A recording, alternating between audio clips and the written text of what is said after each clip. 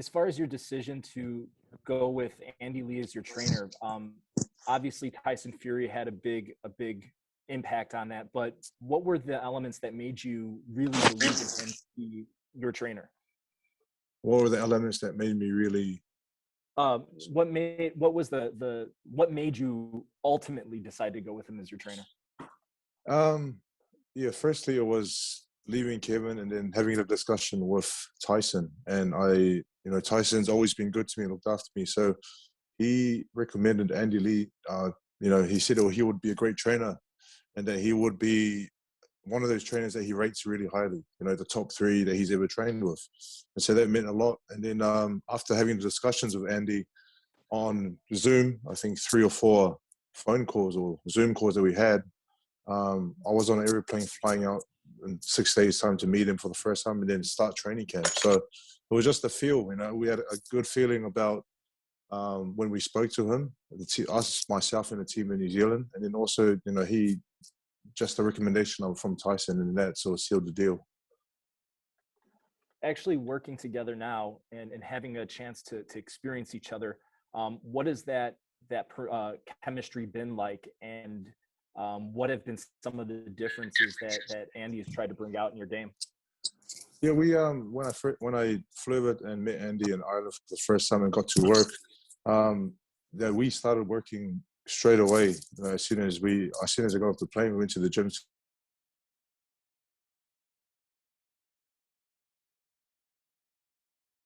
Leading into it, he started picking up a few things which I believe I was doing wrong, and things that wasn't flowing well. And he was able to. He's not trying to change my whole style because of the time that we had. I think we had about 6 or 7 weeks together. But he just added a few things here and there, corrected a few things, and I feel like he's made a big impact and a big change in what I'm bringing now and into this next fight. Thank you, Joseph, and best of luck. Thank you. Thanks, Jeremy. Thanks, Jeremy. If we could go to Wingy Boxing next, please.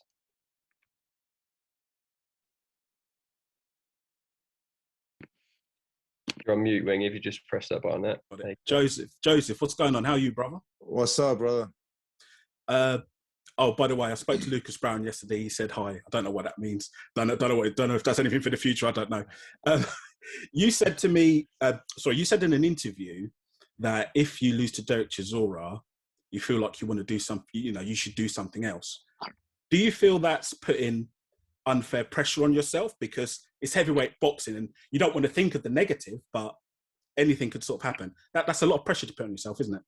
Yeah, you never want to think of the negative, but you have to be realistic. You're either going to win or you're going to lose. And I feel like at this stage of my career, I should be able to, I am expected to win. And I feel like I got youth on my side, I got speed, I got movement. So I should go in there and take care of business. I know Chisora's, going to come ready.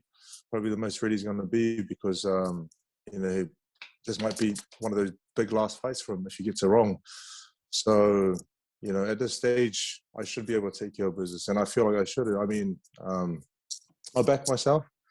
And if I do lose, not saying that I will, but if I do lose, then I'll have to ask myself some serious questions. And obviously, you've got no concerns about war, just going to stay cool, stay calm, because it's always about bringing that war. I guess that's you're not going to give away game plan, but remaining cool, nice little bit of distance, that sort of thing.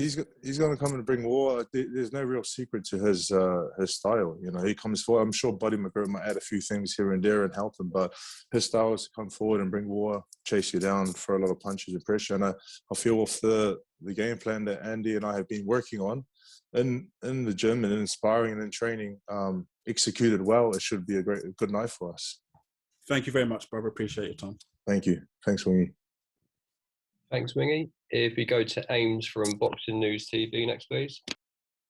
Ames here for Boxing News TV. Pleasure to meet you, Joe. How are you doing? Good, thank you. Good. Well, nice to meet you too. Questions for Andy first. In the same way that Tyson Fury has had criticism for comparative heavyweight knockout power, Joe has that same sort of criticism in terms of his aspect of boxing. Is that something between you've highlighted and are specifically working on together, bringing that Kronk influence in and that power with it? I think any heavyweight can knock you out if they punch correctly. and you've seen the way Tyson's changed his punching technique, and Joe's doing working on a similar technique. So hopefully that will lead to him knocking more people out. So I think these big men, they all have, if they hit you right, with the right technique and in the right place at the right time, they're going to knock you out. So we've been working on that with Joseph, and yeah, hopefully he can pull it off. And Joe, I just wanted to ask you, like, if you were to come through this, not to look over Derek Chisora in any sort of way, I see that one of your former opponents that you fought, Andy Ruiz, is returning to the ring. Is that a particular fight that you would look to take on again? Listen, if I get the job done this Saturday, I'll fight anyone. I don't care who it is. First, I just got to get this done, get a good win, Derek Chisora, and then anyone that's free and willing. Thank you, guys. Thank you. Thanks, Ames. Thank We go to Ron Lewis from Boxing Scene next, please. Joe, hi, mate. Love What's to up? see you. Very good. I'm well. You well? Good, Ron. Yeah. You've been with Kevin obviously a long time before you went pro. You know, how long were you sort of thinking about making the change, and how tough was it to actually, pull the trigger, as it were? Yeah, it was a very tough decision because of the time that we've had, and it became more of a more than just fighter and boxer, because I stayed at the house, it's sort of like a family member, and so it was a very hard decision, but it was one of those decisions that I felt I had to make at that time, at this stage of my career. And at this stage, this probably was the best decision I've made. I just needed something new and a fresh sort of voice in my corner. And, I've been happy and excited ever since I made that decision. And since I've moved over to Ireland and here in the UK to start training with Andy. Excellent. I mean, what was there anything in particular that you thought, was it the Far fight that you thought, I'm not fulfilling my potential? Yeah, it's a number of things. I feel like the same training schedule that I've had, I feel like I wasn't excited again to be flying back to Vegas and training, and I felt that it was we're doing a lot of the same things. So I needed something new and something fresh, and it was a great decision. The last time you were over here, obviously you boxed Dillian, and if you take out that fight, apart from the fact if you hadn't been knocked down by a headbutt, you'd have that would have been a draw, that fight, because that was a round you were winning, which turned into a 10-8 round his way, and that would have been a draw on the scorecards. Presumably, you're hoping a win against Chisora will actually put you back in, to possibly a Fury fight, possibly a Joshua rematch at some point. Yeah, whenever Derek will open many doors, and I feel like there's a lot of opportunity to fight the other big names out there. There's, like I mentioned before, there's Andy Ruiz, there's Dillian White. There's a lot of fighters there, sitting there, that we can make happen. I just have to get past this first fight in front of us. Excellent. Cheers, Joe. Speak to you soon, mate. Cheers, Ron. Thanks, Ron. If you go to James Lupton from Pro Boxing Fans, please. Hello, guys. A couple of questions for Andy. We've spoken before. You weren't looking at coaching until Paddy Donovan. You seem to have been very selective with who you coach. What was it about Joseph that made you want to coach him? As much as I was recommended to him, he was recommended to me by Tyson. I asked Tyson what type of person he was, and the one phrase he used was, "No, Andy, I know you'll get along. He's like us. He's one of us." And I knew exactly what he meant by that. And yeah, you're spending all this time with somebody, you're investing a lot of your energy in the person, and you're also giving up your own time with your family and other things that you have to do in your life to help this other person. So they have to be good people. Like, that's one of the biggest requirements for me to work with a fighter, is that we get along. As much as I see the potential and the physical, or the potential of them as boxers, they have to be good people. So Joe's certainly that. And obviously, Joseph's brought you into his camp, and we've seen Derek bring Buddy McGirt into his camp. What improvements does Buddy make to Derek at this stage of his career? Like us, they wouldn't have had a lot of time. We've had 8 weeks. I think they've had less time together. So it is hard to affect change. But you can tweak things. And I think Buddy will probably add a little bit more craft, or a little bit more nuance to it. Maybe he won't be as crude, and maybe have 1 or 2 little tricks in terms of closing the distance or head movement. But yeah, I think it's a great addition. Even on not only that, experience in the corner, being Brendan Gurk's a great cornerman as well as coach and teacher. He's a great cornerman, and that's a whole different aspect of being a boxing coach. That you have to guide a fighter through the fight and give them the right instructions at the right time. And Brendan Gurk certainly knows how to do that. So yeah, it's a good addition to Derek Chisora's camp. And one for you, Joseph. Obviously, the glitz and glamour of Vegas, moving over to Ireland and recently been in training in Morecambe. Is it a better fit for you, the less distractions and things like that? The whole setup was great. The first year we started off in Ireland for 2 weeks. Firstly, for Andy and I to get to know each other and work on a few things. Then we moved our camp to the UK. I think better for sparring, more accessible for us, and I feel like it was a great change. You went from Vegas, like you said, the bright lights. Even though we didn't stay in the Vegas center, it was still like the bright lights and a lot of distractions. But it was great just to be away from everyone. It felt like I was at the beginning of my career again, where I just there's new things, the environment, the new team, new coach, and I've thoroughly enjoyed it all. Fantastic. Best of luck for the weekend, guys. Thank you. Cheers, Thanks, James. James. Thanks, James. If we go to Jim Conlon next, please. Hi, two questions. First, Andy, in relation to Ireland as such, Jim Conlon here from RCB Radio Sport Ireland. You talk about the training camp. Did you bring Joseph down to Limerick, or did COVID restrictions mean the county restrictions that you had to move over to England? Yeah, that was the problem, Jim. We were in Dublin. We trained in Dublin. I trained in Carl O'Grady's gym in Harold's Cross, and we were working there. Jason Quigley as well, and Paddy Donovan, and but because of the pandemic, it was very hard to get sparring in there. So Tyson offered us the use of his gym and the use of one of his houses, and any of his contacts that he might have. And so we were able to get fantastic sparring in Morecambe. So, and we were both away. I was away from my family, and Joseph. So we were both a lot more focused on the job. We had nothing else to do or think about with training. And just a quick question for you, Joseph. You mentioned Andy was recommended to you. We all know about that sort of fighting Irish sort of spirit, and we know about Andy's record in the ring as well. Were you sort of looking for that person as a coach that was just recently in the fight game as well, that's come out of it, sort of a fresh, young, enthusiastic sort of coach that's sort of hasn't been long out of the business? Yeah, to be totally honest, I wasn't really looking for anyone. I just took Tyson's recommendation, and it's great. Like everything that you've said, someone who a lot of experience. Andy has a lot of experience. Just recently, finished not long ago from his boxing career, and he's a great teacher. So I think it was a great fit for me, to join up with Andy. Cheers, Joseph. Cheers, Andy. Best of luck.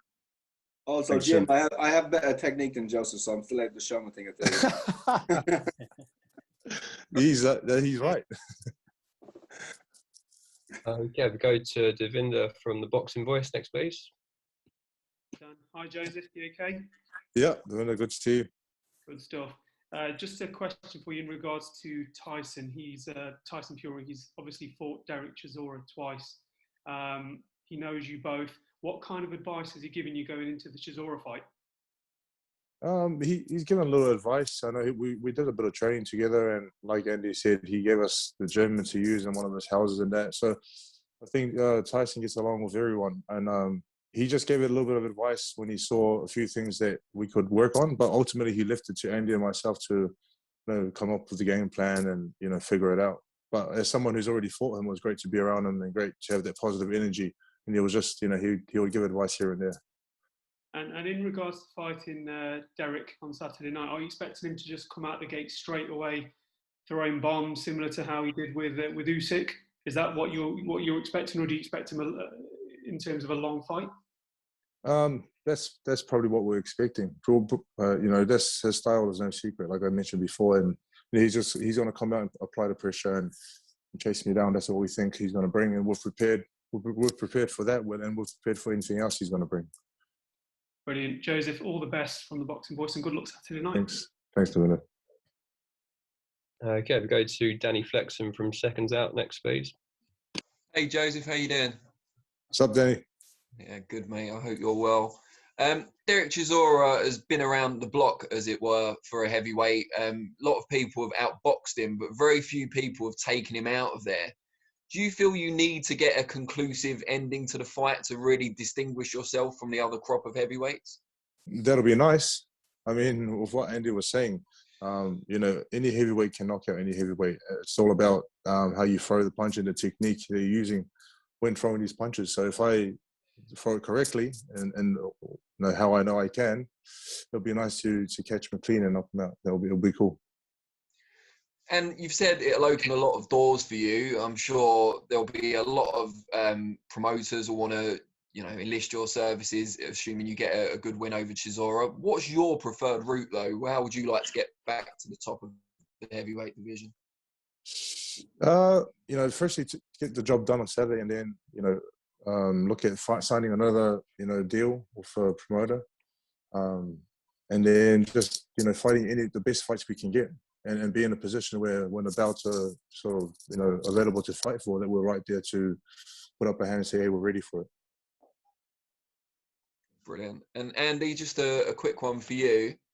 You're clearly still very close with Tyson Fury, using his gym and his house and preparing Joseph for this fight. Will you be working with him and Sugar Hill for his next fight, presuming the times work out? Yeah, if I'm able to. And who knows, Joe could be fighting around the same time and we'll all train together again.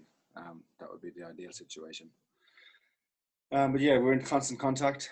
I spoke to him yesterday. He gave us a call, myself and Joseph. And yeah, they're just waiting for the date. And then we'll go to camp. But he's still training like an animal every day. So he won't need much camp, But yeah, whenever the date's set, we'll get to work. Brilliant. Best of luck, you guys, on Saturday night. Thanks, Danny. Thanks, Danny. If you go to Brett Redmond next, please. Cheers, Dan. Yeah, hi, gents. Two questions. First one for Andy. You just mentioned there that you've only been able to train, obviously, with Joseph for the past 8 weeks. I'm sure you guys have watched back the Junior Far fight. What did you take from that fight, and what do you think potentially in those minor tweaks that you can make with Joe going into Saturday? I just thought that when I watched the fight, not to be too critical of Joseph, and it's all past and whatever, but he looked like a guy who wasn't stimulated, that he ran out of ideas, and once plan A didn't, well, he won the fight. It was a hard fight, and I'm not sure, people looking at this as like a negative performance, but Junior Far is a good fighter, and I think he'll beat most of the heavyweights out there, and he had a very good strategy in terms that he was leaning back, being negative, allowing Joe to commit and then countering. It's always hard to look good against that type of style, but sometimes you just have to fight and grind it out, and that's what Joe did. I thought he could have done it, had a bit more nuance or a bit more, like a few different ideas about how to close that distance, not just be the one aggressing and leaving himself open to counters. But that was it. I still think it was a good performance, beating Junior Far, who's a top 10 heavyweight contender. So there's no shame in that. It's only pride, yeah. Yeah, no, definitely, I agree. Cheers for that comment, mate. Thank you. Next one, obviously, on to Joe. Joe, how are you keeping, buddy? Good, thanks, Brett. Good to see you. Yeah, and good to see you again, buddy.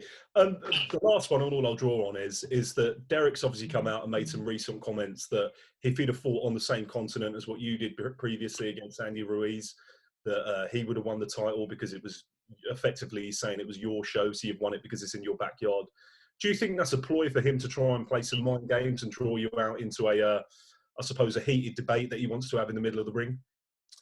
Listen, Derek can say many things. He's entitled to his opinion, and he's been saying a lot of things leading into this fight. Some of them silly, some of them not silly. I think we just got to let him say what he wants to say, and as long as we're focused on the fight ahead and what we have to do, then it's all good.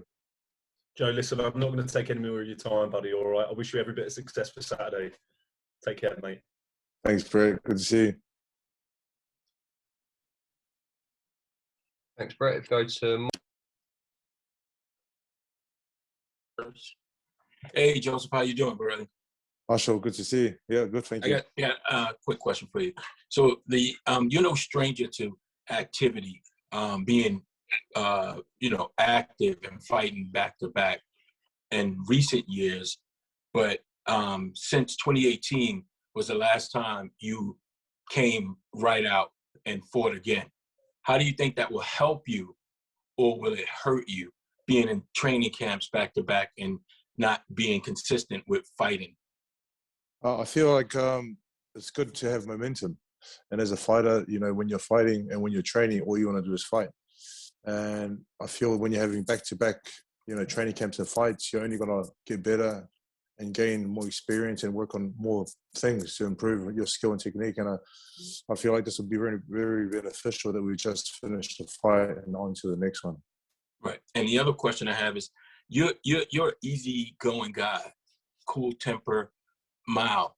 How do you get up for guys? Like some guys like Chisora, he likes to play mind games. He says certain things and all that. And I see you guys are cordial. But how do you get up for guys if you don't have, because some guys need motivation, anger, whatever. What's your motivation outside of just wanting to win? I have a different motivation now. I mean, I'm away from making a lot of sacrifices, being away from, like Andy said, we're both away from our families. And, you know, I'm doing this mostly for myself, really. You know, I have goals that I want to achieve. And I know I'm easygoing outside of the ring and before a fight and after a fight, but I need it's going to be a different person or different fighter coming into this fight. Well, thank you, and I wish you the best of luck, man. Thanks so much.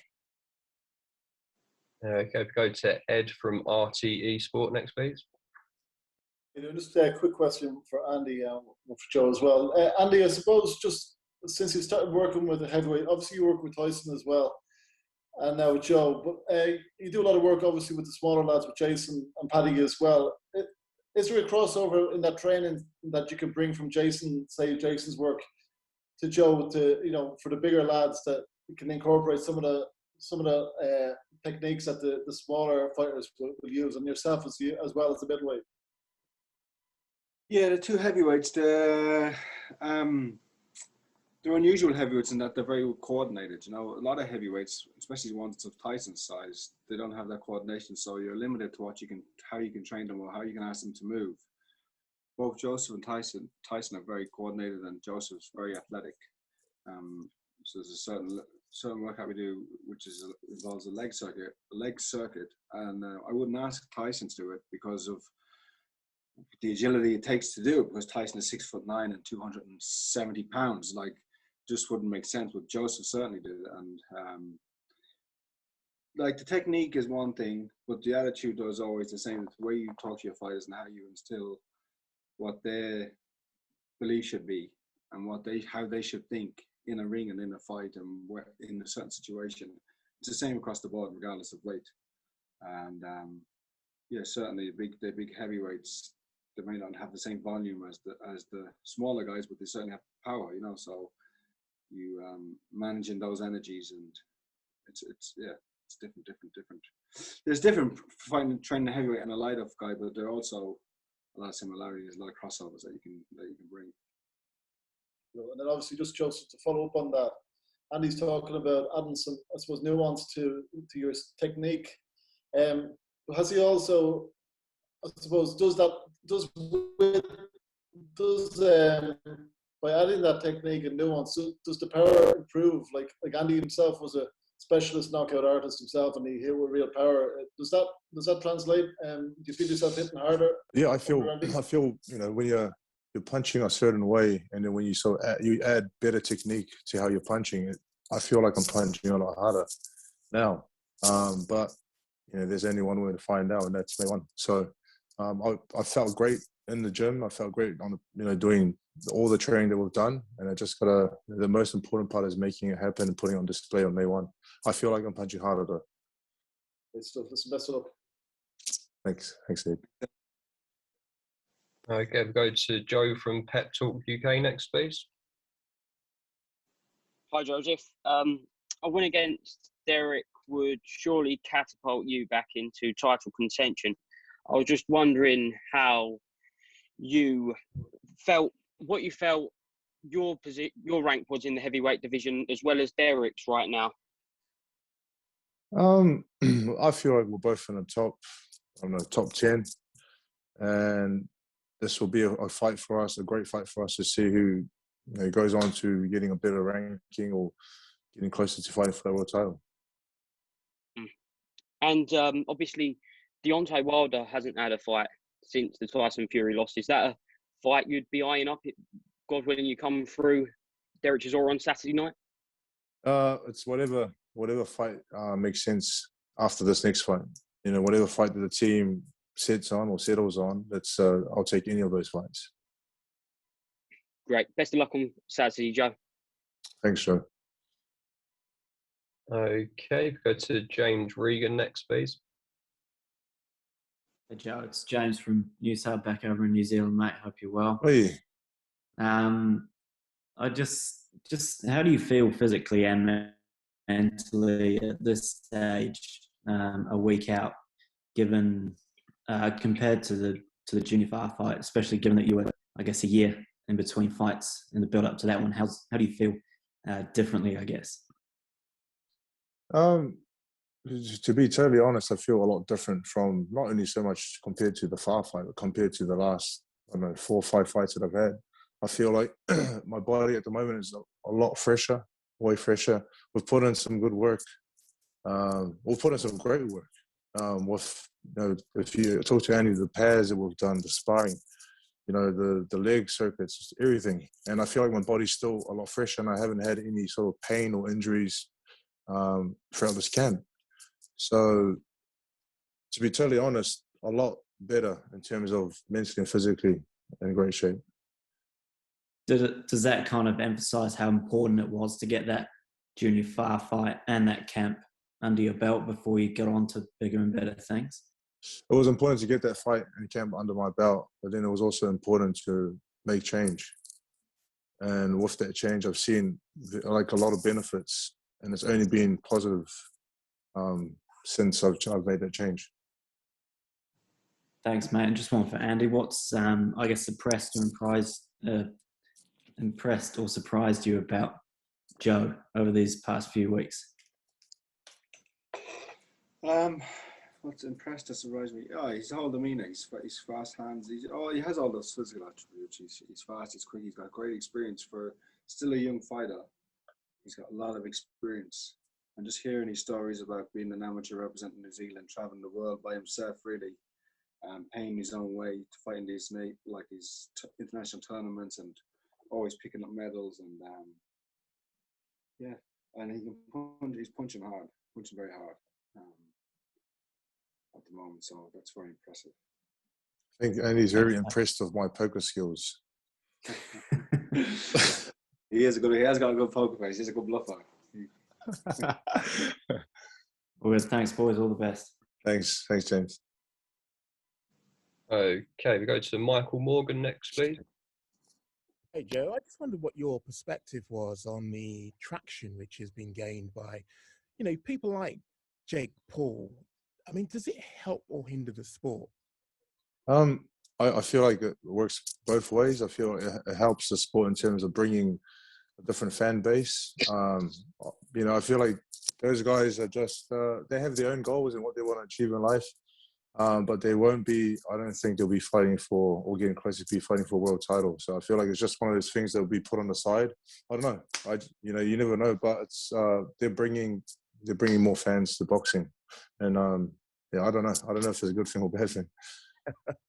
And final one for me, I just wondered, you more than likely may have seen that Derek has been training at London Shoot Fight as a well-known MMA gym, and he's talking about, you know, his admiration for MMA and possibly transitioning into MMA. Does that kind of give you a psychological advantage when, you know, to some people looking at that, it may be that he's checked out of boxing? It can be, or I don't know, maybe we just don't know what to expect of Derek. You know, he says this, he says that, he does this, he does that. So, you know, you can't really take it, you know, take it as it is or what he says. You know, you just gotta, I don't know, if he does want to do MMA, then good on him. But there's one fight that's in front of him that he has to be prepared for first.